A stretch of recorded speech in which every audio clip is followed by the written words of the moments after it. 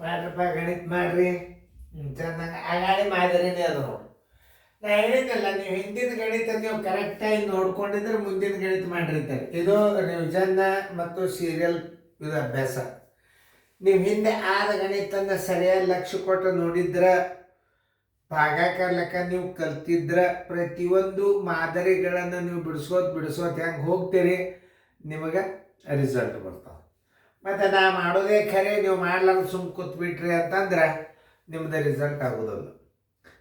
ನಿಮಗೆ ರಿಸಲ್ಟ್ ಬರಬೇಕಾದ್ರೆ ಏನು ಮಾಡಬೇಕು? ಟೇಬಲ್ಸ್ ಬೈಪಟ್ ಮಾಡಬೇಕು. ಎರಡನೇದು ಸರ್ ಹೆಂಗೆ ಕಲಿಸ್ತಾರೆ. ನಾ ಸುಮ್ಮ ಈ ಕಡೆ ಮುಖ ಮಾಡಿ ಸುಮ್ಮ ಕಲಿಸ್ತದ ಅಂತ ತಿಳ್ಕೊಂಡು ನೀವು ಯಾವ ಥರ ಕೂತ್ರೆ ನಿಮ್ಗೆ ಗಣಿತ ಬರೋದಿಲ್ಲ. ಅದನ್ನು ಬಡ ಒಂದು ಸಣ್ಣ ಉದಾಹರಣೆ ಕೊಡ್ತೀನಿ. ಸಿನಿಮಾ ನೋಡ್ಲಿಕ್ಕೆ ಕೂತಿರ್ತೀರಿ ನೀವು ಹುಡುಗರು, ಗಾಡಿ ನಂಬರ್ ಗುರ್ತದ, ಎಲ್ಲಿ ಬಿದ್ದರು, ಏನಾಯ್ತು, ಯಾರಿಗೆ ಹೊಡೆದ್ರು, ಎಲ್ಲಿ ಕಣ್ಣು ಹೊಡೆದ್ರು, ತಲೆ ಎಲ್ಲಿ ಹೊಡಿತು, ಮೊಳಕೆ ಎಲ್ಲಿ ಕೇಳ್ತೈತಿ, ಎಲ್ಲ ನೆನ್ಪಿಟ್ಟಿರ್ತೀರಿ ನೀವು ಸಿನಿಮಾ ಅಂದ್ರೆ ಹುಡುಗರು. ಯಾಕೆ? ಅದು ಆಸಕ್ತಿ, ಅಭಿರುಚಿ. ನೋಡ್ರಿ, ನೀವು ಡ್ರೆಸ್ ಸಹಿತೆಲ್ಲ ಹೇಳ್ತೀರಿ. ನೀವು ಉಂಗುರ ಹಾಕೊಂಡದ್ದು ಹೇಳ್ತೀರಿ, ಸಿನಿಮಾದಾಗಿನ ಉಂಗುರ ಕಾಣಿಸ್ತದ ಕೈಯಾಗಿಂದ ನಿಮಗೆ. ಆದ್ರೆ ಗಣಿತ ಬರಂಗಿಲ್ಲ ತಲೆ.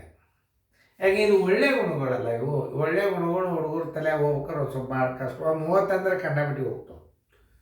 ಅದಕ್ಕೆ ನಾ ಹೇಳೋದು, ಲಕ್ಷ್ಯ ಕೊಟ್ಟು ನೋಡ್ರಿ. ನಿಮಗೆ ಕಲಿಬೇಕು ಅನ್ನೋದು ಆಸಕ್ತಿ ಇದ್ದಾಗ ನಿಮ್ಮ ಮನುಷ್ಯನಾಗಿತ್ತು ಅಂದ್ರೆ ಗಣಿತ ಬರುತ್ತೆ. ಮತ್ತೆ ರೀಪ್ಲೇ ಮಾಡೋದು, ನೋಡೋದು, ಮತ್ತೊಮ್ಮೆ ಮಾಡೋದು. ನೀವು ಎಷ್ಟು ಶಣರಾಗ್ತೀರಿ ಅಂದ್ರೆ ಆಮೇಲೆ ಕಲಿಬೇಕು ಅನ್ನೋದು ಛಲ ಬೇಕು, ಮನಸ್ಸು ಬೇಕು. ಆಮೇಲೆ ಹೆಂಗೆ ಸರ್ ತಿಳಿಸ್ತಾರ ಆ ಗಣಿತಗಳನ್ನು ನೀವು ಕಣ್ಣಾರೆ ನೋಡ್ಬೇಕು. ನಾನೇ ತಿಳಿಸ್ತಾರೆ, ಸರ್ ಏನೋ ತಿಳಿಸ್ತಾ ಇರ್ತವ, ನೀವು ಸುಮ್ಮ ಕೂತ್ಬೇಡಿ, ನೀವು ಹಾಗೆ ಕೂತೇ ಬಿಡೋದು.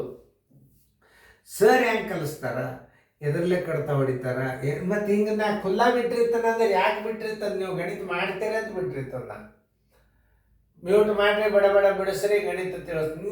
ನೀವು ಹಿಂದಿನ ಗಣಿತಗಳನ್ನು ನೋಡಿ ನೀವು ಮಾಡಲೇಬೇಕು, ಹಂಗಿರ್ತಾವೆ ಗಣಿತಗಳು. ನೀವು ಹಿಂದಿನ ಗಣಿತ ಸರಿಯಾಗಿ ನೀವು ಲಕ್ಷ್ಯ ಕೊಟ್ಟು ನೋಡಿದ್ದಿಲ್ಲ, ಮುಗೀತು.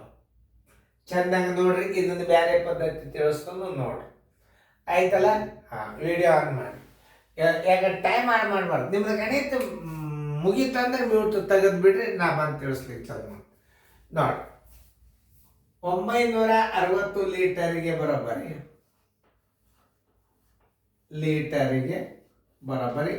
1 ನಿಮಿಷ. 1 ನಿಮಿಷ ಎಷ್ಟದ? 13, 82, 400 ಲೀಟರಿಗೆ ಬರೋಬ್ಬರಿ ಎಷ್ಟು ನಿಮಿಷ? ನೋಡಿ, 13, 82, 400 ಗುಂಡ್ಲೆ 1 ಸರ್ವಾಸ ಬಾಗಿಲೆ 960.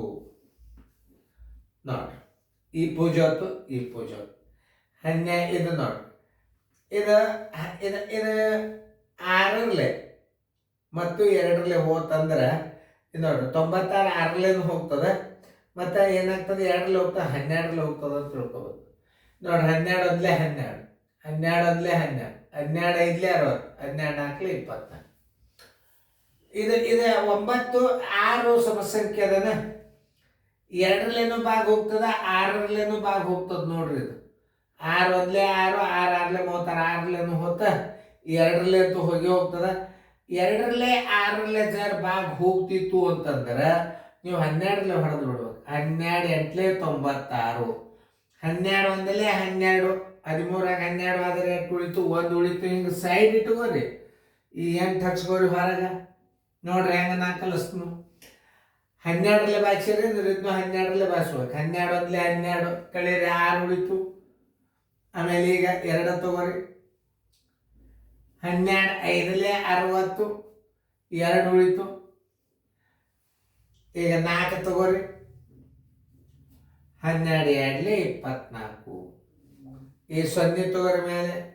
ನೋಡಿ, ಈಗ 8 ಭಾಗ ಹೋಗ್ತದೆ. 8 6 48. ಕೊನೆಯ 3 ಅಂಕೆಗಳು 8ರಿಂದ ಭಾಗ ಹೋಗ್ತಿದ್ರೆ, ಅಥವಾ ಕೊನೆಗೆ 3 ಅಂಕೆಗಳು 0 ಆಗಿದ್ದರೆ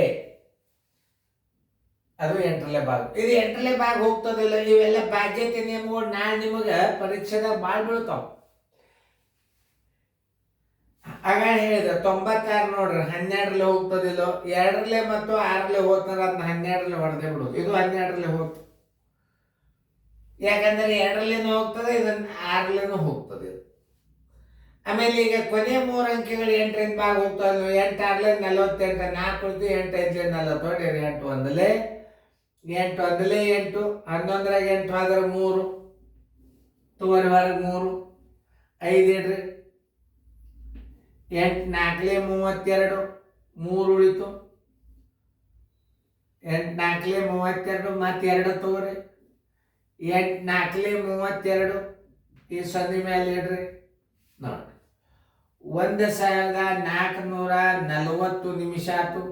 ಎಷ್ಟು ಗಂಟೆ ಅದನ್ನು ತಕ್ಕೋಬೇಕೀಗ ನೀವು? 60ರಲ್ಲಿ ಇದನ್ನು ಭಾಗಿಸ್ರಿ. 60 ನಿಮಿಷ ಅಂದ್ರೆ 1 ಗಂಟೆ. 1440ಕ್ಕೆ 60ರಲ್ಲಿ ಭಾಗಿಸ್ರಿ.